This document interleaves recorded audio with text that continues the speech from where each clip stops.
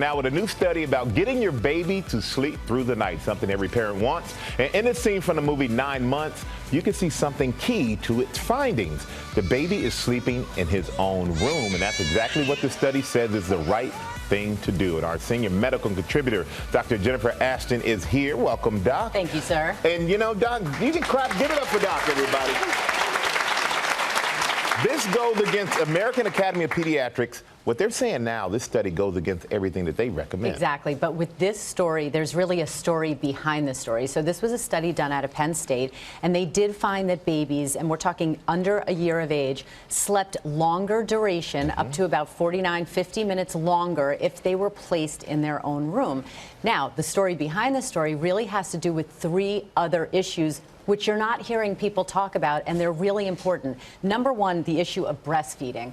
Number 2, the issue of reducing the risk of sudden infant death syndrome, or SIDS. And number 3, establishing early and good, healthy sleep patterns, which we know is important because poor sleep has a link to obesity. So that's why the controversy started, Michael, is that the American Academy of Pediatrics was looking at ways to reduce SIDS, way to increase breastfeeding, and their studies came to different conclusions, some of which were not what we call evidence-based. So look, I think controversy in science and medicine is a good thing. I think we do well when we question and challenge each other, and this is a perfect example of that. Well, you mentioned breastfeeding, you mentioned SIDS. What are the key sleeping issues when it comes to those? Well, listen, SIDS is a real issue, and it affects over 3,000 babies in this country every year. We don't totally understand what causes it, but we do know there are certain very, very important sleeping behaviors that parents need to be aware of in terms of reducing the risk. Number 1, babies should never sleep on soft surfaces or in the same bed as their parents. They can be smothered, they can be crushed.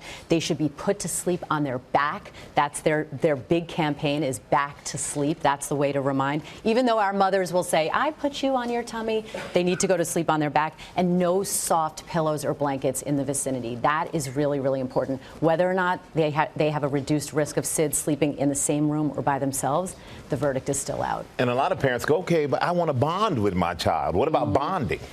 Listen, you know, I don't think bonding follows a floor plan, and some global perspective here. You know, in other parts of the world, we don't have the luxury of having a different room for every person in the family, right? The entire family is sleeping in the same room and oftentimes the same bed. So I think it's important, you know, parents have to figure out what works for them. I had 2 children. One slept alone in their own room from 11 weeks of age. One just got out of the bed around 14, 15. I think by college, most people are able to sleep by themselves. Yeah. What went on in your family? One got out of the bed at 14 or 15 years old? We're going to have to do another study just on you, Doc. But you know what? I think everyone has their own opinion, whether or not you're breastfeeding or not. I mean, parents need their rest. Parents need to bond also. But I don't think whether your child sleeps alone or with you is going to make or break the whole bonding. Yeah. What did you guys do? Well, my oldest daughter, I would sleep in the bed, and she had her crib next to it, and I would have my hand through the crib the whole night. And, well, that's a big hand. Yeah, Put it on a big hand. Yeah. And then when my son was in the crib by himself, the twins, they had their own room. And it was like, okay, put them down, and then daddy's going to bed. And but it worked out. They're all great kids. I guess it's all worked out. But I would never sleep with them in the bed with me. I just felt afraid to roll over. And listen, I think we need a lot more data to tease out these issues about breastfeeding, SIDS, obesity, sleep quality. Just because the babies in this study slept longer, it doesn't mean they necessarily slept better. Yeah. All right, Doc, thank you so much. I'm going back to sleep. 14 or 15, huh?